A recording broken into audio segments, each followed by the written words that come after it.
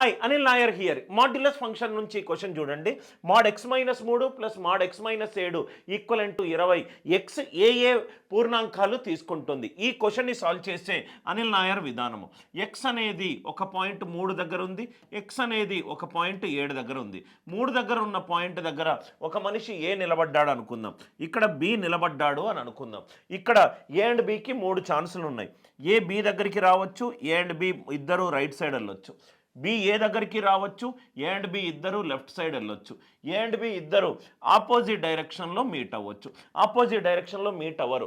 ఎందుకనంటే 3, 7 మధ్యలో గ్యాప్ ఎంత? 4. ఎక్కడ మీట్ అయినా కానీ వాళ్ళు టోటల్ కవర్ చేసేది 4 అవుతుంది. ఇది ఎక్స్ కనుక అవుతుంది 4 - x. కాబట్టి ఆపోజిట్ డైరెక్షన్లో మీట్ అవ్వరు. అంటే ఏ బి దగ్గరికి వచ్చాడు అనుకుందాము, అంటే 4 యూనిట్లు కవర్ చేశాడు. ఏ అనే పాయింట్ దగ్గర 4 ఆల్రెడీ కవర్ చేశాడు. మిగిలింది ఏంటి? 16. ఏ బి దగ్గరికి వచ్చాడు, ఏ అండ్ బి ఇద్దరూ కలిసి 16 యూనిట్లు ట్రావెల్ చేస్తున్నారు. 7 + 8 ఆన్సర్ ఎంత? 15.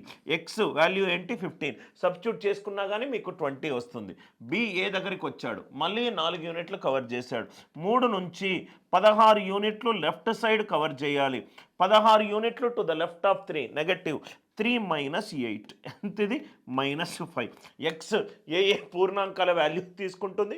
-5, 15. కాన్సెప్ట్ నచ్చితే కనుక లైక్ చేయండి, షేర్ చేయండి. అనిల్ నాయర్ క్లాసెస్ ఛానల్ని సబ్స్క్రైబ్ చేసుకోండి. డిస్క్రిప్షన్లో ఏఎన్సీ యాప్ లింక్ ఉంది, డౌన్లోడ్ చేసుకోండి.